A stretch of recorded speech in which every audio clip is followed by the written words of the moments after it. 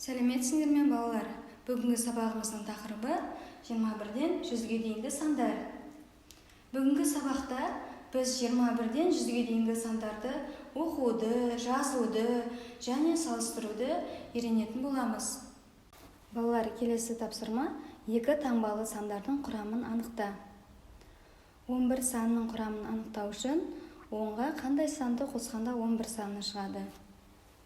Дұрыс айтасыңдар. 1 саны 10 мен 1-дің қосындысына тең болады. Келесі сан 12 саны. 12 санның құрамын анықтайық. 10-ға қандай санды қосқанда 12 сан шығады? Жарайсыңдар. 2. 12 санның құрамы 10 мен 2-дің қосындысына тең болады. Келесі сан 15 санның құрамын анықтайық. 10-ға қандай санды қосқанда 15 шығады? Дұрыс айтасыңдар. 10-ға 5-ті қоссақ 15. Келесі тапсырмада бізде есеп берілген екен. 2 қабаттан тұратын мектепте 30 кабинет бар. 10 кабинет бірінші қабатта орналасқан. Екінші қабатта неше кабинет бар? Ал балалар есептің шартын бірге құрып жазайық. Есепте не белгілі? Бірінші қабатта 10 кабинет бар екені белгілі. Екінші қабатта қанша кабинет бары белгісіз, бірақ барлық кабинет саны 30. Есептің шешуін табайық. Бұл жерде 30 кабинеттен бірінші қабаттағы 10 кабинет санын азайтсақ, екінші қабаттағы кабинет саны шығады. Олай болса, 30 бен 10-ның айырмасы 20-ға тең. Жауабы, екінші қабатта 20 кабинет бар екен. 30-дің құрамы 10 мен 20-ның қосындысына тең болады. Балалар, келесі тапсырма ондықтарды тура және кері ретпен сана. Біздің сандық сәуледе тек қана ондықтар жазылған. Өздерің көріп отырсыңдар. 0-ден бастап 10-ға дейінгі аралықта қосу 10 деп белгілепті. Бұл нені білдіреді? 0 санына 10 санын қоссақ 10 шығады. 10-нан кейінгі толық ондық 20. 10-ға 10 санын қоссақ 20 болады. Яғни әрбір ондыққа 10 санын қосып отырсақ, келесі ондықтар шығады екен. Келесі ондықтар 30, 40, 50, 60, 70, 80, 90, 100. Балалар, осы толық ондықтарды қайталап өсу реті бойынша санайықшы. 10, 20, 30, 40, 50, 60, 70, 80, 90, 100. Жарайсыңдар балалар. Келесі 100 саны. 100 саны 3 таңбалы сан. 100-дің алдыңғы толық ондықты білу үшін 100-ден 10 санын азайтамыз. 100 бен 10-ның айырмасы 90. 90-ның алдыңғы санды білу үшін 90-нан 10 санын азайтып отырамыз. 80, 70, 60, 50, 40, 30, 20, 10. Балалар, бұл сандарды біз қандай санға кемітіп отырдық? Әрине, дұрыс айтасыңдар, 10 санына кемітіп отырдық. Осы сандарды кему ретімен санайық. 100, 90, 80, 70, 60, 50, 40, 30, 20, 10.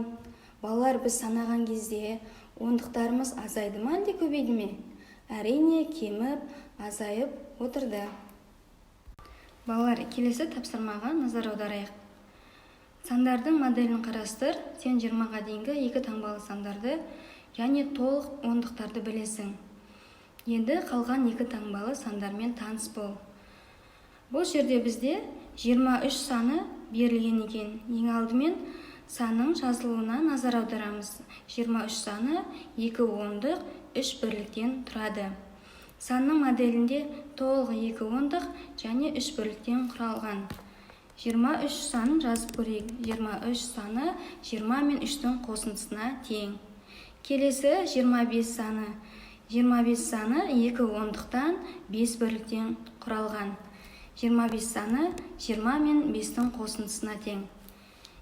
Келесі сан 43 саны. 43 санында 4 ондық, 3 бірлік бар. 43 саны 40 пен 3-тің қосындысына тең. Келесі тапсырма 10, 20, 30, 40, 50, 60, 70, 80, 90 сандарының көршілерін ата. Ең алдымен бізге 50 санының көршілерін анықтау керек. Ол үшін 50-дің алдыңғы және кейінгі санын анықтау керек. 50-дің алдындағы сан қандай сан болады деп ойлайсыңдар? Әрине 49 саны. 50-ден кейінгі сан 51 саны. Жарайсыңдар. Келесі сан 10 санының көршілерін табайық. 10 санның алдыңғы санын білу үшін 10-нан 1-ді азайтамыз. 10-нан 1-ді азайтсақ 9. 10-нан кейінгі санды табу үшін 10-ға 1-ді қосамыз. 11. Келесі 30 санының көршілерін тауып көрейік. Ол үшін 30-дан 1-ді азайтамыз. Қанша болады? Жарайсыңдар. 29 саны. 30-дан кейінгі санды анықтау үшін 30-ға 1-ді қосамыз. Қандай сан? Жарайсыңдар. 31 саны. Олай болса, балалар, қалған сандар 40, 60, 70, 80, 90 сандарының көршілерін өз беттеріңше атап көріңдер. Келесі тапсырмада бізге берілген есеп: бірінші сыныпта 50 оқушы, ал екінші сыныпта оған қарағанда 20 оқушы кем. Мектепте қанша екінші сынып оқушысы бар? Балалар, бұл есептің шартына назар аударайық. Есеп не туралы? Әрине мектеп оқушылар туралы екен. Ал енді есептің шартын бірге құрайық. Бірінші сыныпта неше оқушы бар екені белгілі ме? Әрине белгілі. Бірінші сыныпта 50 оқушы бар. Екінші сыныпта оқушылар саны белгісіз, бірақ 20 оқушыға кем. Қайсыдан кем? Әрине бірінші сынып оқушысынан кем. Шешуін табу үшін қандай амал қолданамыз деп ойлайсыңдар? Дұрыс айтасыңдар. Кем дегендіктен 50 санынан 20 санын азайту керек. 50 мен 20-ның айырмасы 30-ға тең. Есептің жауабы: екінші сыныпта 30 оқушы бар. Осымен сабағымыз аяқталды. Сау болыңдар.